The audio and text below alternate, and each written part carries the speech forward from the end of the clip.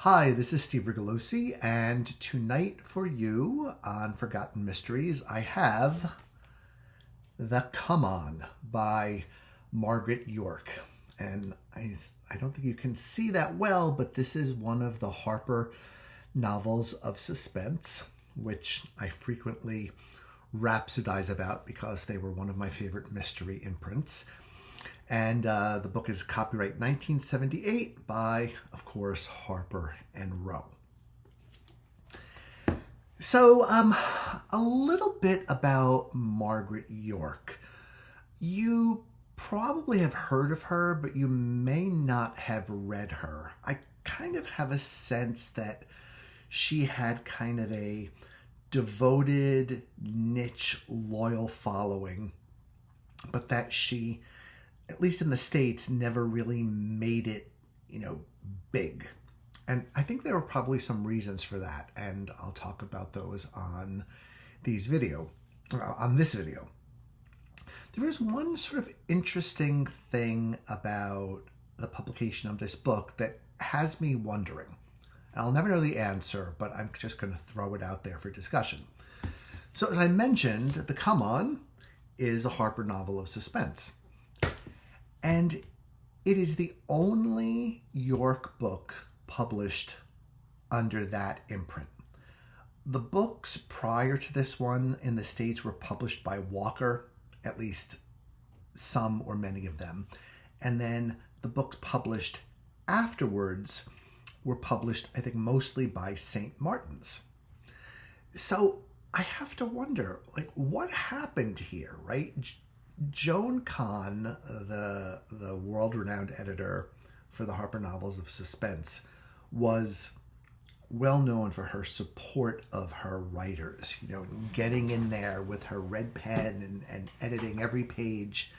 And I guess in this case, she would have acquired Margaret Yorke from an English publisher, because Margaret Yorke is an English woman, first published in England. And clearly Joan saw something in her that made her think, I need to bring her to the States and get her a wider audience. But it was only this one book. So my mind is running wild with speculation, right? Did Joan not like Margaret? Did Margaret not like Joan? Was the book expected to be a big success, but ended up being maybe a flop, at least sales-wise, and that's why Joan didn't take the later books? I don't know. It feels like an anomaly, and I wish I could get to the bottom of it, but I probably never will. It's just sort of a curiosity to me. And another interesting thing I note is that in some of the later Harper novels, you'll see, I'll show you here, that you could see Joan put her name right there somewhere in the book, a Joan Kahn book. On the copyright page, sometimes on the inside back flap. You can see there too. Let me try to get the light for you guys. And I think she might have started a bit of a trend in terms of editors giving their names to imprints. Joan didn't have her name on the spine of the books. This wasn't, it didn't say Joan Kahn publisher on the spine. But you'll notice nowadays there are several high-powered editors out there whose name appears on the spine of their novels, and that's always sat a little funny with me. I know none of them will be watching this video. I won't mention their names. But I mean, I guess I always think of the key thing that draws me into a book is, the entire package. But usually the editor has, I don't want to say has nothing to do with it, because of course a great editor makes all the difference in any book. So having your name on the spine of a book feels like a little bit of a vanity project to me. And, if I had my own line of mysteries, they wouldn't say, a Stephen Rigolosi mystery on the spine. I mean, first of all, it's too much of a mouthful. Second of all, who cares? But you know, that's just by the by. If anyone deserved to have a little bit more presence in her books, Joan certainly did, and she was subtle about it. You could see that those Joan Kahn labels were not enormous and not larger than the author's name, so that's a good thing. So Margaret had a pretty long career. I estimate she published about 35 novels of suspense / mysteries over the course of her writing career. And she has a particular formula or a particular thing that she does. And that is, she takes people who live a very, for lack of a better word, mundane, maybe quotidian is better. They live a very quotidian existence, going to their jobs, living with their spouses and their families, and often not very happily. Often they're just sort of treading water, or they're not particularly upbeat or happy people, and living, rather downbeat, not depressing lives, but I guess just what you would consider kind of a normal everyday life without much excitement. And then Yorke comes along and boom, she drops something very unpleasant into the middle of what's going on, usually in the form of a bad person who can range anywhere from sort of a charming rotter who's just out to get what he can, through a sociopath who's very manipulative, to a downright psycho who just loves to kill. And she then shows you what happens when these average everyday people become affected by this outer force. And the stories can be quite compelling that way, although you have to have the expectation that they are they're not lightning fast. They're suspenseful and you want to keep reading.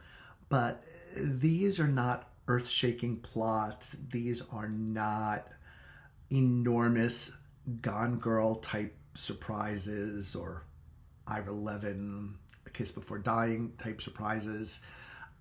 Everything sort of plays out, and you, the reader, watch, often in horror, as this happens, because you do come to care about these characters, the protagonists, and that is the plot here.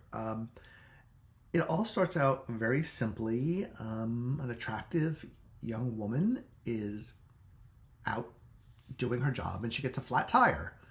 So another woman stops to help her, but they don't have the physical strength to change the tire. Along comes a guy who does have the strength to loosen the lug nuts and change the tire, and everybody goes merrily on their way. Except that the Good Samaritan guy follows the flat tire woman back to her house. She's grateful, invites him in for a cup of tea. He wants to get it on, to use a phrase from the 70s. She's a married woman. She's having no part of it. Long story short, he rapes her and then kills her. Very, very ugly. And even more ugly because it's just... Yorke doesn't go into any sort of detail, but she's very clear about what had happens. It takes place over a couple of paragraphs, and it's just horrifying, right? Because this terrible thing has happened to, an otherwise good person, a happily married woman. And of course, her husband, who's a salesman, he's up in the Shetland Islands. Of course, even though he was nowhere near the scene, of course, the police suspect him first, as they always do, with the spouse or the lover or the boyfriend or the girlfriend or what have you.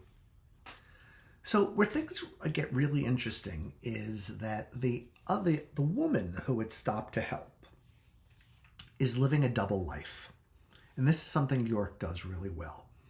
Her name is Kate, and she is a middle-aged woman, rather dowdy, who takes care of her elderly mother, who is a complete witch. And Kate works in a doctor's office by day as sort of the general office manager. But she finds a way to get out of herself and out of her life.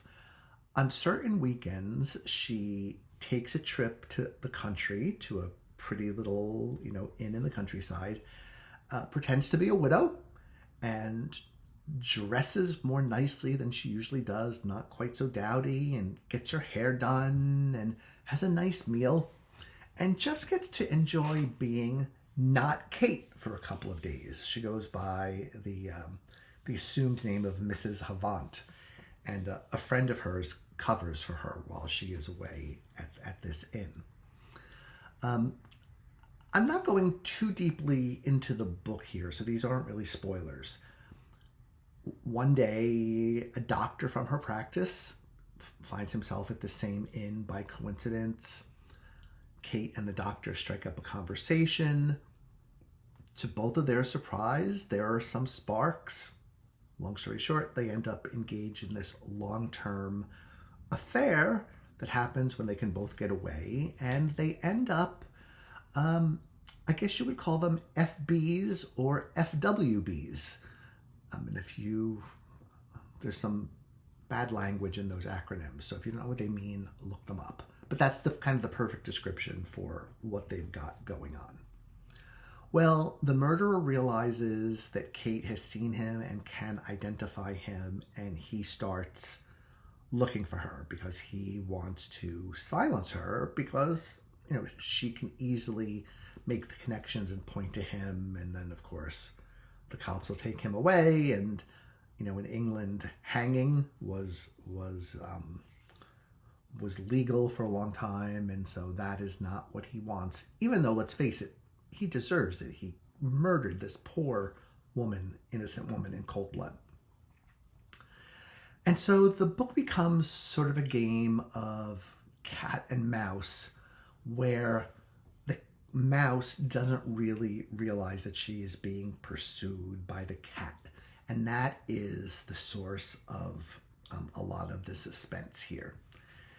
And it all plays out. I won't tell you what happens. So I want to tell you what I see as the pros and cons of reading Margaret Yorke. So her fans, and there are a lot of them, will often describe her books as novels of quiet menace. And I think that that's a really good phrase because, it's not like, the Russians are coming to invade England or, some evil scientist has cooked up a diabolical plot. It's that there's just something wrong going on in somebody's life beneath the surface, and it's creeping up on them, and there has to be some sort of collision, and that is what drives suspense in her books. So if you like that sort of domestic, slow burn, slow build, I think you will like Yorke. And depending on the book, I think you may actually like the plot, because some of them are rather creative. Because she published so many, they do vary in quality from the fair, to the very, very good. And I would put the Come On in the category of good plus. One thing, though, that a lot of people don't like about Yorke is her writing style, which I was trying to think of the best way to describe it for you. And the best I could come up with is that it is reportorial. Right? In other words, it's as if the author acts as a reporter who is just reporting in a very very even language, you know, on exactly what is happening, line by line, paragraph by paragraph, page by page. And so there's not a lot of emotion. There's not necessarily a lot of action. And it's in that way, it's almost like reading a true crime novel, or reading a police blotter, or reading police reports, because it's so the tone is just so monotonous is not the right word because that has a negative connotation, but there's just one tone throughout without peaks and valleys. And I think a lot of people don't really care for that. They say that Yorke tells and doesn't show, which is one of the number one crimes of fiction writing, that you should show, not tell. I mean, I don't know that I necessarily agree with that. Sometimes it's just easier and faster to tell and not show. But I think people say that Yorke really tells much more than she shows. And I think that is probably a fair criticism. One thing that I think modern readers will be disturbed by a little bit, and this doesn't just occur in this book, it occurs in other books of hers too, is I don't think Yorke really had a modern understanding of what rape is.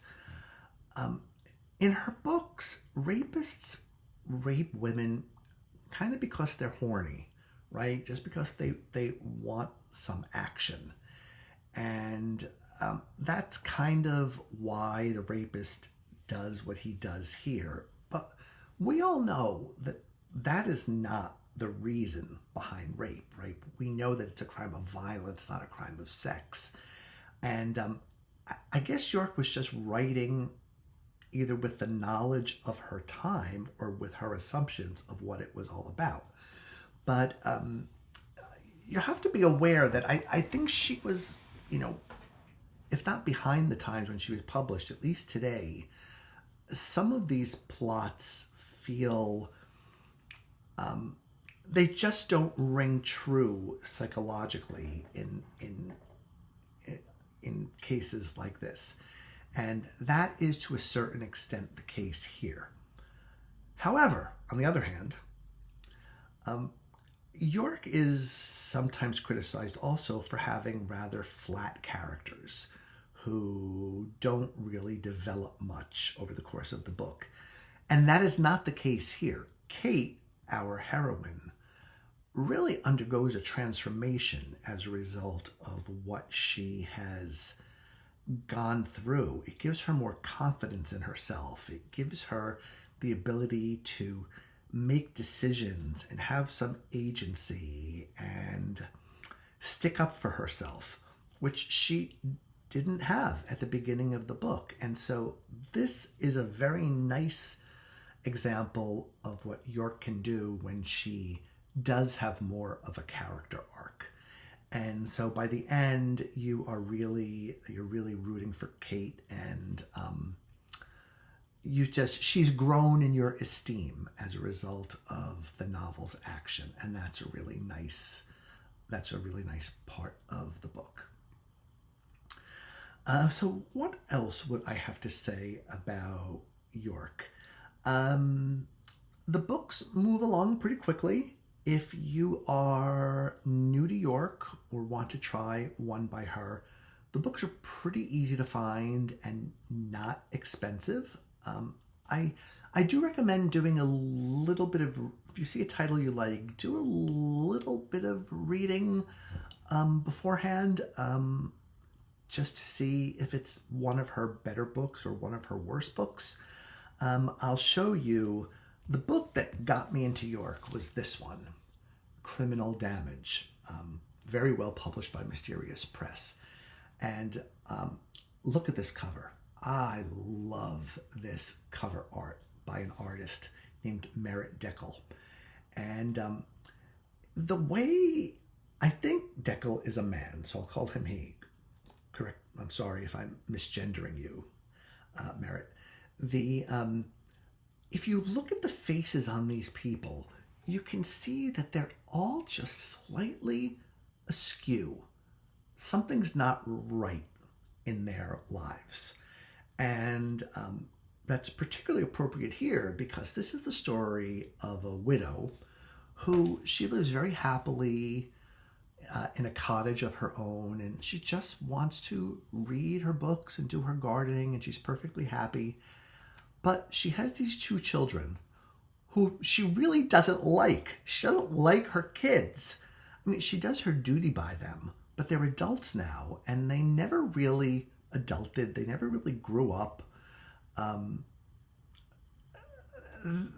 One of them is not particularly mentally healthy, and the poor heroine, she just kind of wants to live her life separate from her children, and they keep imposing themselves on her and bringing their problems to her. And like I said, it's the first Yorke that I ever read, and I thought, wow, what a brave book in a way. We know, I mean, it's got to be true that there are parents who don't like their children, including mine. And, so to see that there on the page, to see that truth, which isn't often acknowledged there on the page, I thought it was great. And then after that, I went on to read several of Yorke's other books. I want to show you their covers because I love the cover art so much. This one is Almost the Truth. This one is called A Question of Belief. Again, beautiful cover art. I love this cover art so much that I literally begged my own publisher to ask Margaret Yorke to design the cover of one of my books. That would have made me the happiest boy in the world. But it didn't happen. I don't think the art director could get in touch with Margaret Yorke, and so that didn't happen. There was a happy ending. I ended up with a really beautiful cover on it anyway, but I just love this artist, and I love to give kudos to great jacket designers. Another couple of really good books by Yorke. Admit to Murder is one of my favorites. It has a plot that I really like, which is that of a missing person, a person who's disappeared into thin air. Nobody knows where she has gone, and the question becomes, will we ever find her? And I guess it was much easier to disappear before the electronic era than it is today. I mean, nowadays they could probably find you with, one satellite.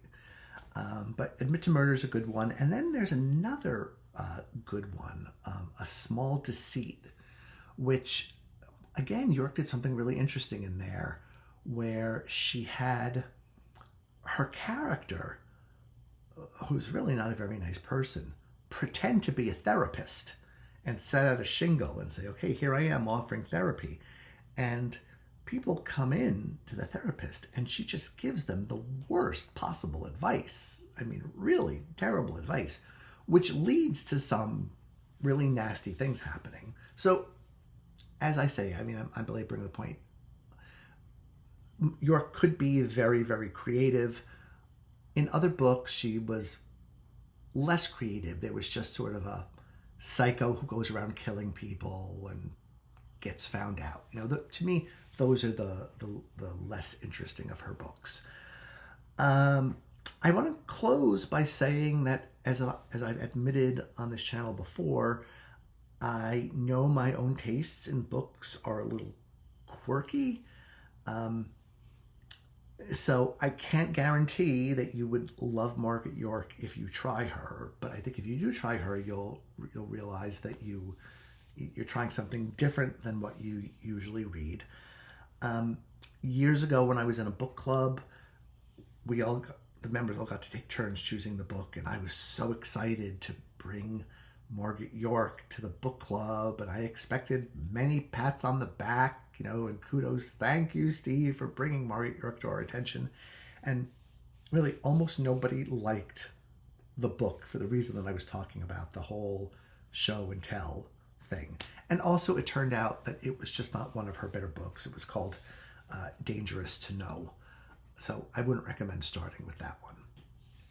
So there you have my quite long-winded overview of Margaret Yorke and the Come On. If you decide to read Yorke, or if you have and have opinions about her, please feel free to comment below. And I will see you next time. Thank you.